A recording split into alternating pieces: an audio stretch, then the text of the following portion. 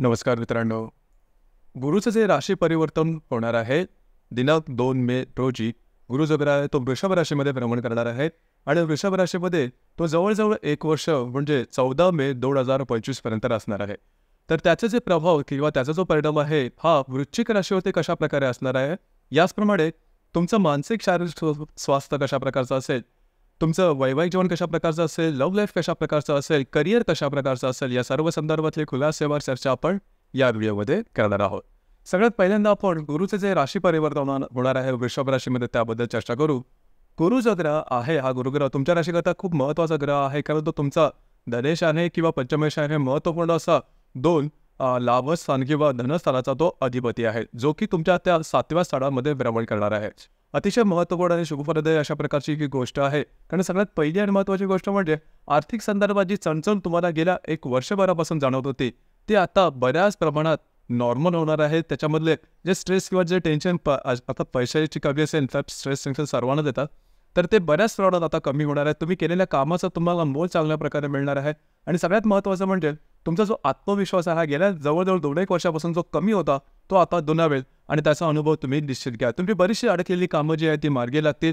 त्याचप्रमाणे कागदोपत्री व्यवहार, कमिटमेंट, प्रॉमिसेस हे सुद्धा तुमचे व्यवस्थितपणे तुम्ही करू शकता किंवा त्याचे अनुभवसुद्धा तुम्हाला चांगले येतील. या दरम्यान तुमचं फिरणं वगैरे जास्त होईल. सगळ्यात महत्त्वाचं म्हणजे विवाहित असेल तर वैवाहिक जोडीदाराबरोबरचे नातेसंबंध अतिशय सुमधुर अशा प्रकारचे दिसून येतील. तर एकंदरीतच हा जो गुरु येणारा संपूर्ण वर्षभरात तुमच्या 7म स्थानामध्ये भ्रमण करणार आहे हा तुमच्यासाठी शुभफलदायी असाच असणार आहे. जर तुम्ही शेअर मार्केटमध्ये ट्रेड करत असाल तरी सुद्धा काही चांगले अनुभव तुम्हाला लॉंग टर्ममध्ये निश्चित मिळतील. या संदर्भातली आपण चर्चा पुढे करूच, परंतु एकंदरीतच सांगायचं झालं तर गुरुचं जे भ्रमण तुमच्या 7व्या स्थानात होणार आहे तुमच्यासाठी शुभफलदायी असंच असणार आहे. यानंतर चर्चा आपण करणार आहोत तुमच्या स्वास्थ्याबद्दल, म्हणजे तुमचं मानसिक शारीरिक स्वास्थ्य नेमकं कशा प्रकारचं असेल. जसं की तुमच्या राशीचा जो स्वामी आहे मंगळ, जो की तुमच्या 5म स्थानामध्ये भ्रमण करणार आहे. त्याचप्रमाणे जो अष्टमेश आहे बुध, जो की तुमच्या 5व्या स्थानामध्ये भ्रमण करतो दिनांक 11 तारखेनंतर हा बुध तुमच्या 6व्या स्थानामध्ये भ्रमण करणार. ते एकंदरीतच सांगायचं झालं तर स्वास्थ्याबद्दल मग ते शारीरिक किंवा मानसिक असेल याबद्दल फारशी काही चिंता किंवा काळजी करण्याची आवश्यकता नाही. फक्त एकच गोष्ट आहे, कुठल्याही प्रकारचे महत्त्वपूर्ण डिसिजन अगदी व्यवस्थितपणे आणि खास करून आरोग्याच्या संदर्भात, जर का तुम्हाला आरोग्याच्या संदर्भातले काही व्याधी असतील आधीपासून तुमची काही मेडिकल हिस्ट्री असेल तर त्या संदर्भात थोडी काळजी घेणं गरजेचं राहील. म्हणजेच त्या संदर्भातले समजा तुम्हाला काही लक्षण दिसली तर त्यावर लगेचच्या लगेच काम करणं गरजेचं राहील. ही गोष्ट थोडी महत्त्वपूर्ण आहे. परंतु मोठ्या प्रमाणात सांगायचं झालं तर तुम्हाला शारीरिक किंवा मानसिक किंवा आरोग्याच्या संदर्भात काही मोठे प्रॉब्लेम कॉम्प्लिकेशन्स तसे दिसणार नाहीत किंवा तसे जाणवणार नाही. यानंतर आपण चर्चा करू आर्थिक संदर्भात तुमचं आर्थिक स्थैर्य नेमकं कशा प्रकारचं असेल. तर तुमच्या राशीकडे 2 जे ग्रह आहेत अतिशय महत्त्वपूर्ण ठरतात, गुरु आणि बुध. गुरु आणि बुधाची जी 17 प्लेसमेंट आहे ती खूप महत्त्वपूर्ण ठरते. गुरुबद्दल विचार करायचा झाला तर गुरु जो ग्रह आहे हा तुमचा धनेश आहे, पंचमेश आहे, जो की तुमच्या 7म स्थानामध्ये भ्रमण करतोय. अतिशय उत्तम असा प्रकारचा हा योग आहे. आर्थिक संदर्भात काळजी करण्याची आवश्यकता अजिबात नाही. शेअर मार्केटमध्ये ट्रेड करत असाल तर काही चांगले लाभ सुद्धा मिळतील. फक्त तुमची जे स्पेंडिंग असेल, खर्च असेल त्यावर थोडंसं लक्ष देणं गरजेचं राहील, कारण तुमच्या राशीचा जो अष्टमेश आणि लाभेश जो बुध आहे, जो की तुमच्या 5व्या स्थानामध्ये भ्रमण करतो 11 तारखेनंतर, हा तुमच्या 6व्या स्थानामध्ये भ्रमण करणार. म्हणजे तुमचे जे खर्च असतील त्यावर थोडंसं नियंत्रण ठेवणं गरजेचं राहील. अनपेक्षित अनावश्यक खर्च थोडेसे जास्त होऊ शकतील आणि जे तुम्ही इन्व्हेस्टमेंट कराल त्या संदर्भात सुद्धा काळजी घेणं गरजेचं राहील. इझी मनीच्या मागे जाऊ नका, झटपट पैशाच्या मागे जाऊ नका, रिस्क घेऊन एखादी गोष्ट करू नका पैसे मिळवण्याकरता. तर ती जी रिस्क आहे ती रिस्क तुमच्या अंगाशी येऊ शकेल. तर या ठिकाणी थोडंसं लक्ष देणं गरजेचं राहील. समजा तुम्ही सरळ काही गोष्टी केल्यात तर त्याचे काही फारसे प्रॉब्लेम तुम्हाला जाणवणार नाही, त्याच्या संदर्भात फारसे काही नेगेटिव्ह इफेक्ट आर्थिक संदर्भात मिळणार नाही. त्याच्यामुळे तुमचा जो आर्थिक स्तर आहे हा तसा पाहिला तर व्यवस्थितच दिसून येणार आहे. यानंतर गृहसौख्याबद्दल सांगायचं झालं तर तुमच्या राशीचा जो चतुर्थेश आहे शनी हा तुमच्या 4थ स्थानामध्ये स्वतःच्या राशीमध्ये भ्रमण करतो आहे. तर गेल्या साधारण 1.5-2 वर्षामध्ये घरातलं जे वातावरण आहे ते काही ठीक नाही. घरातलं वातावरण म्हणजे घरामध्ये काही ना काहीतरी प्रॉब्लेम चालूच आहेत किंवा छोट्या मोठ्या जे असतात ते संदर्भ तो आहे. म्हणजे घरामध्ये तुम्ही तेवढेसे काय खुश नाही, तर या संपूर्ण महिन्यामध्ये सुद्धा थोडाफार अशा प्रकारचा परिणाम राहील. मात्र गुरु जो तुमच्यासाठी चांगला आलेला आहे तुमच्या मानसिकतेमध्ये निश्चित एक सकारात्मकता दिसून येईल. दुसरी महत्त्वाची गोष्ट म्हणजे घरामध्ये जे मोठे माणसं असतील, वयाने जे जास्त असतील, त्यांच्या आरोग्याकडे थोडंसं लक्ष देणं महत्त्वपूर्ण आहे. याचप्रमाणे लव्ह लाईफबद्दल सांगायचं झालं तर लव्ह लाईफ म्हणजे तुमचा जो पंचमेश आहे गुरु हा तुमच्या 7म स्थानामध्ये भ्रमण करणार आहे, परंतु पंचमामध्ये मंगळ सुद्धा आहे. तर लव्ह लाईफमध्ये तसं काही प्रॉब्लेम येणार, तशी काय काळजी करू नका. छोटे मोठे म्हणजे आपण म्हणतो की चहाच्या कपातली वादळ ते थोडेफार दिसून येतील, कारण मंगळ तुमच्या पंचम स्थानात असणार आहे. आणि सगळ्यात महत्त्वाचं म्हणजे जे सहसा कधी दिसून येत नाही ती गोष्ट म्हणजे तुम्ही जर का कोणाच्या रिलेशनशिपमध्ये असाल तर त्याच्यासाठी काहीही करण्याची तयारी तुम्ही या महिन्यामध्ये निश्चित दाखवाल. सो ती गोष्ट थोडी वेगळी आहे, परंतु तुमचा जो रिलेशनशिपमध्ये व्यक्ती असेल हा थोडासा तुमच्याबरोबर वादविवादाच्या प्रसंगी किंवा ओव्हर पॉवर होतोय असं काहीतरी जाणवेल. एकंदरीतच तुमचं जे रिलेशनशिप आहे त्याच्यामध्ये थोडेफार वादविवादाचे बुडबुडे दिसून येतील, परंतु ते टोकाचे होणार नाही, त्याच्यामुळे तशी काय काळजी करू नका. ज्या गर्भवती महिला त्यांनी मात्र स्वतःच्या आरोग्याकडे लक्ष देणं गरजेचं राहील. आरोग्याच्या संदर्भातलं काही त्रास किंवा त्याचे काही लक्षणे दिसून येतील, लगेचच्या लगेच त्याचे डॉक्टरी इलाज करणं आवश्यक ठरेल. जे विद्यार्थी वर्ग आहेत त्याच्यासाठी हा जो कालावधी आहे तो उत्तम आहे, त्यांनी तसे काय काळजी करण्याची अजिबात आवश्यकता नाही. यानंतर आपण चर्चा करणार आहोत वैवाहिक जीवनाबद्दल. तर पहिली महत्त्वाची गोष्ट म्हणजे जे विवाहोत्सुक तरुण तरुणी आहेत त्यांच्यासाठी हा जो कालावधी खूपच चांगला राहील. म्हणजे प्रत्यक्ष विवाह होणं, विवाह जुळून येणं, तुमच्या अपेक्षेप्रमाणे स्थळ येणं, अशा प्रकारचे काही चांगले अनुभव तुम्हाला येतील. जर का तुमची वृश्चिक रास असेल तर विवाहाच्या संदर्भात तुम्ही कामाला लागा, कारण येणारा कालावधी हा तुमच्यासाठी चांगला असेल. विवाह जर असाल तर विवाह होण्याची संभावना किंवा विवाह ठरण्याची संभावना या दरम्यान म्हणजे संपूर्ण वर्षामध्ये खरं तर खूप चांगली असणार आहे.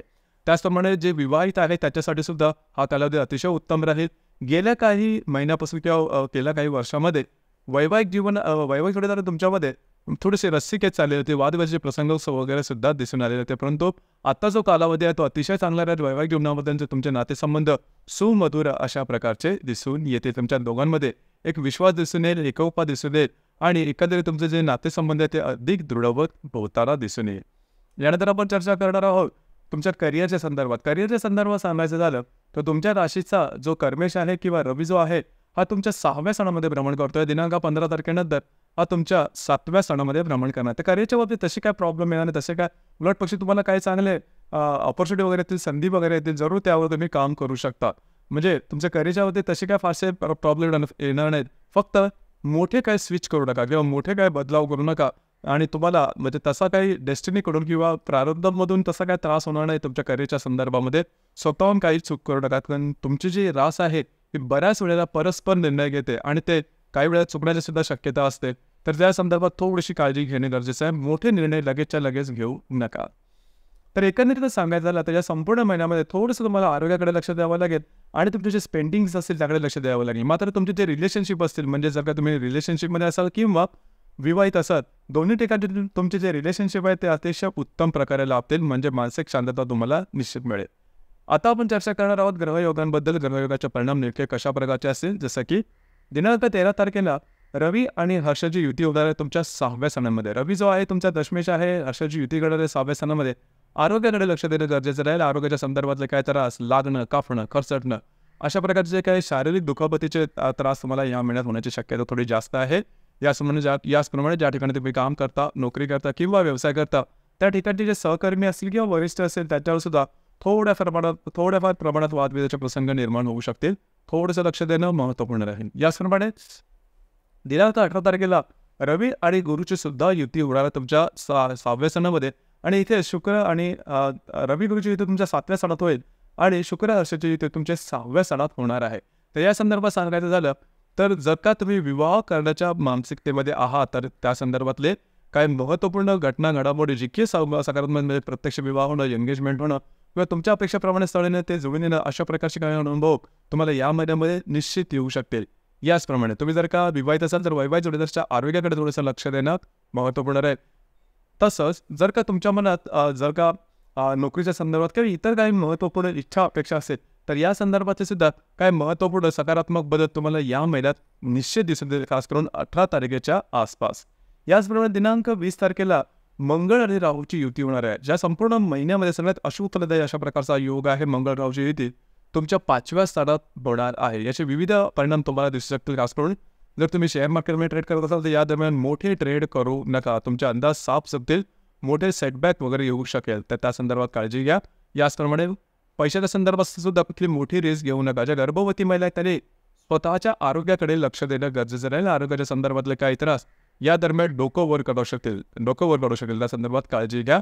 ही गोष्ट थोडीशी महत्त्वपूर्ण राहील. याचप्रमाणे तुम्हाला आरोग्याच्या संदर्भात सुद्धा अशा काही व्याधी दिसतील की जे वरवन पाहता तुम्हाला अगदी शुल्लक वाटेल, परंतु त्याचे प्रमाण किंवा त्याचा जो हे आहे तो थोडासा जास्त दिसेल. तर कुठल्याही प्रकारचे शारीरिक काही त्रास तुम्हाला दिसले तर लगेच त्याच्यावरती काम करणं गरजेचं राहील. डॉक्टर इलाज करणं महत्त्वपूर्ण राहील. याचप्रमाणे दिनांक 31 तारखेला बुध आणि हर्षाची ते तुमच्या 6व्या स्थानात होणार आहे. तुमचं जे काही कार्यक्षेत्र असेल त्या संदर्भामध्ये कागदोपत्री व्यवहार, कमिटमेंट, प्रॉमिसेस या संदर्भात काळजी घ्या. तुमच्या अंदाज चुकण्याची शक्यता आहे आणि त्याच्यामुळे थोडंसं मानसिक तणावाखाली तुम्ही थोडंसं जास्त जाऊ शकाल.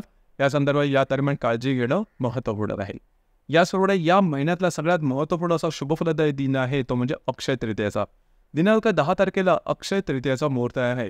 पूर्ण वर्षातले जे 3.5 मुहूर्त आहेत त्यापैकी महत्त्वाचा असा शुभमुहूर्त आहे अक्षय तृतीया. या दरम्यान म्हणजे अक्षय तृतीयेच्या दिवशी तुम्ही काही चांगली खरेदी वगैरे करू शकता जी की मूल्यवान आहे. जसं की सोने चांदी याच्यामध्ये इन्व्हेस्टमेंट करणं किंवा तसे सोने चांदी हिरेमाणिक खरेदी करणं, अशा प्रकारच्या खरेदीच्या वस्तू किंवा नेहमीच्या ज्या खरेदीच्या वस्तू आहेत त्यासुद्धा मूल्यवान तुम्ही खरेदी करू शकता.